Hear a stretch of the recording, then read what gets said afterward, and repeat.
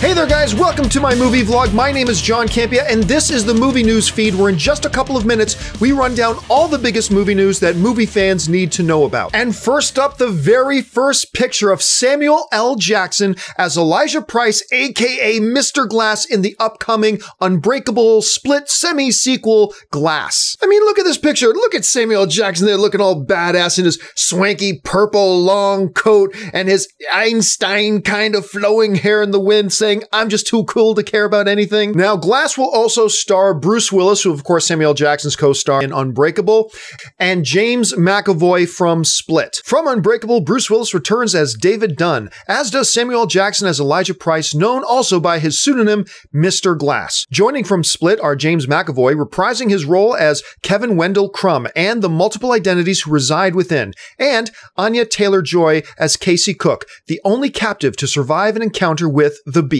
Following the conclusion of Split, Glass finds Dunn pursuing Crumb's superhuman figure of the Beast in a series of escalating encounters, while the shadowy presence of Price emerges as an orchestrator who holds secrets critical to both men. It's almost ludicrous to imagine that it has been 17 years. Swallow that for a second. 17 years since Unbreakable. Almost as difficult to imagine is out of Samuel L. Jackson's 175 acting credits on IMDb, the man only has one Academy Award nomination all the way back in 1995 for playing Jules in Pulp Fiction. Now, we still have a while to wait for this movie. Right now, Glass is scheduled to hit theaters on January 18th, 2019. Next up, going from one pleasantly surprising hit in Split to a tragic disappointment in Blade Runner 2049. Yeah, the movie was well received. Most people who saw the film really enjoyed it. However, it was a financial flop. And right now, The Hollywood Reporter has a story claiming that the film could lose upwards of $80 million. The story said this: Alcon and its investors are facing about $80 million in losses.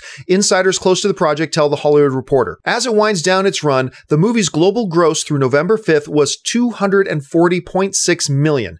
That's a poor showing for a film that cost $155 million to produce after rebates and tax incentives and before marketing. But Sony is ultimately expected to recoup its $110 million investment in the Alcon production because of the agreement brokered by Sony Motion Picture Group chairman Tom Rothman. What is additionally unfortunate about this story is that it becomes a little bit of a blemish on the record of great director Denis Villeneuve, who has been tearing it up lately, and now, even though he produced a really solid, enjoyable, thoughtful, artful film, nobody went to go see it. Now, how this is going to affect his upcoming projects, in particular, the one a lot of fans are talking about is his upcoming Dune project. Is that going to be affected? We're going to have to wait and see. Next up, Thor Ragnarok is expected to continue its dominant run at the box office. Now, of course, last weekend it opened with $122 million. That makes it the fourth biggest opening of the year. Analysts are now saying it should be expected to take the box office again this coming weekend, making minimum at least $50 million. The two major films opening up against it are Murder on the Orient Express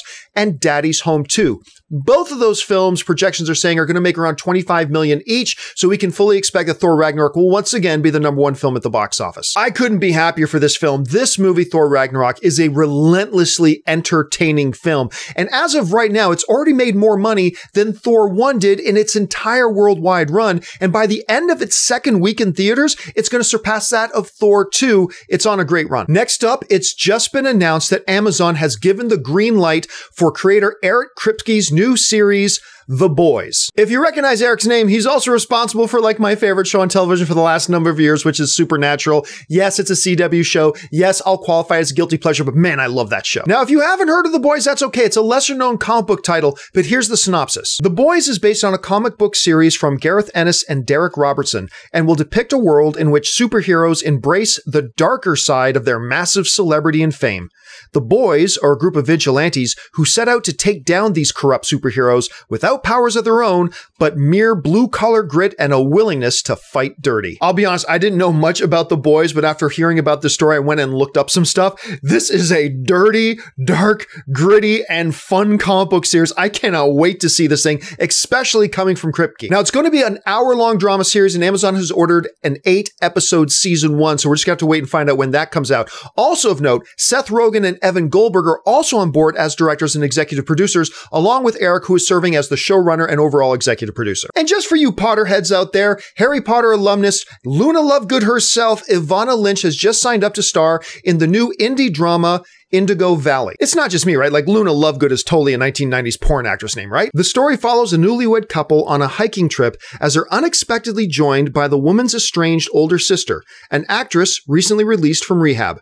Jealousy, insecurity, and sexual tension run high in the desolate landscape of Iceland, highlighting the tumultuous future these three people face. Yeah, because that's exactly what I want on a private weekend getaway with my wife, my sister-in-law coming along. That'll do it for today's installment of the Movie News Feed. Guys, thanks so much for being here. Listen, if you've got a thought or a comment on any of the topics we discussed here today, jump into the comments section below and leave me your thoughts while you're here. Leave that comment, click the thumbs up button, and make sure you subscribe to this YouTube channel.